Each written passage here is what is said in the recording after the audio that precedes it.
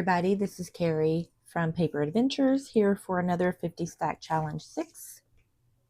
This is a challenge created by CraftyCat, and what she's done is she's put 50 prompts into a bag, and each week she pulls 2 out, and you make ephemera based on those 2 prompts. That's on there. If you do want to join this challenge, you would just put hashtag 50 Stack Challenge 6 on there. And just do whatever you want. There's no rules except for you just make whatever you want based upon those words, those prompts. So let me show you what I did last week. I just got to get it pulled out here. I should have done that already. If you saw my last 50 Stack Challenge, you'll know that I had messed up on the numbers. So this one that we're doing today is actually 39 and 40. But because I had messed up and missed a number, I'm going to show you what I did last week, which was, I'm missing my number. But it was basically, let me find it, 35 and 36. 35 was elegant, 36 was splatter. Let me move that. So this is what I did as elegant. I mean, maybe it's not that elegant, I don't know. But put a napkin on here that I thought could be elegant, you know, I don't know. And then this digital also come from CraftyCats. It might have been a freebie actually on one of her videos. I feel like it might have been. But of course there's some lace here, writing spot. Elegant. This is splatter. This is one of corrugated cardboard. Added some packing paper or whatever you want to call this here. Made a little pocket. And there's my splatter. I don't know if you can see it that well, but I just got some paint and put splatters on here. But you can go look at that video to, you know, get all the details on that. But that's what I did for elegant and splatter on there. Okay. So, I mean, this is really fun. I mean, I can't believe that. Let's see, what number are we on? 39 and 40. I mean, we got 10 more to go. So, really 5 more weeks. So, and I mean, looking at my stash, I guess is what we want to call this. I don't know. It's really neat to see it. I felt like it was just yesterday that I just started this, because that's really when I started my channel. It was at the beginning of this, like a week or 2 before that. I think I did a video, but so here's, you know, I have this stash that I'm going to be able to use. Now when we get done with this, I do plan to have a video where I'm going through all of this and re-looking at everything and maybe picking my favorite. I don't know. I just thought that would be fun to look at, because when you first start, you think, oh goodness, it's going to take forever. But before you know it, you have 50 pieces or more of ephemera that you can use in a journal. So, okay. Anyways, hope you're going to stick around to watch this, and let's get going.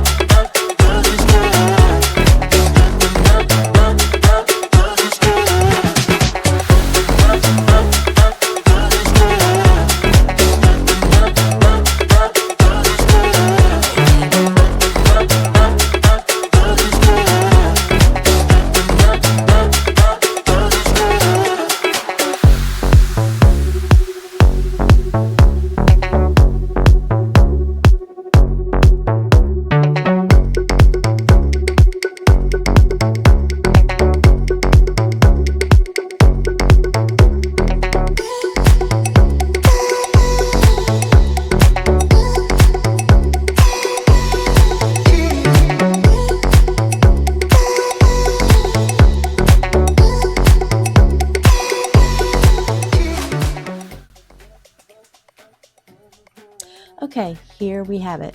39 quote and 40 mark making. Now, this is very simple.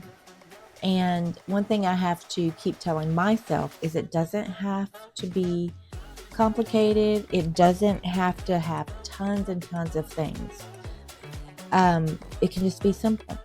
Now, I got my inspiration on this card from, of course, CraftyCat, because she did this exact thing well, as far as cutting out the middle and putting a picture in there and then putting marks and stuff on there. Of course, it's a different picture, different card, all of that, but I thought I'm going to do both of these with a card, and it really inspired me. I want to do more things with the card, and I'm actually going to do one of my quick ephemera videos where I'm just going to do different things to cards, because it's so simple just to have some base ephemera, I guess is what I would call it. You know, just get some basic things done. If I want to add to it later, when I put it into a journal, then I can, or I can just leave it as it is. Because once you put it into a journal, even if it's simple, when you have all the other stuff in there, it's not as simple. You know, it doesn't look as simple. It looks good. But anyways, so to go over a quote, like I said, I used a card. This came out of a magazine called Reminisce. It has a lot of old pictures in there. And here's my quote. I will always remember it. And I chose that because it simply was in my Tim Holtz book here of quotes. This right here. And it had quotation marks around it. Well, I had to add this side because it only had the one, but so I just did that. I didn't want to think a bunch about it. I did not put anything covering this, you know, like a sewing pattern, you know, the tissue paper things. I wanted to keep it kind of more of a black and white look there. I just sewed a piece of ribbon or whatever around and folded it around here. So this can end up being a pocket in the journal if I want, or not, whatever I want to do. So here's a quote. And mark making, I did put a oh my word, I literally forgot what this is called, this tissue paper from a sewing kit or sewing pattern. I put that on here, cut out the center. This digital is from CraftyCat. You can go to her Etsy shop, and she has all kinds of digitals there. But I put that on there. I just left it like this. I will probably cover that, or I'll make it a pocket at some point. But I just made some marks on there, basically. I mean, with a pen, you know. This little thing I stamped with a old gift card or something, I don't know, like a stamp kind of. So I don't know if you can see that there.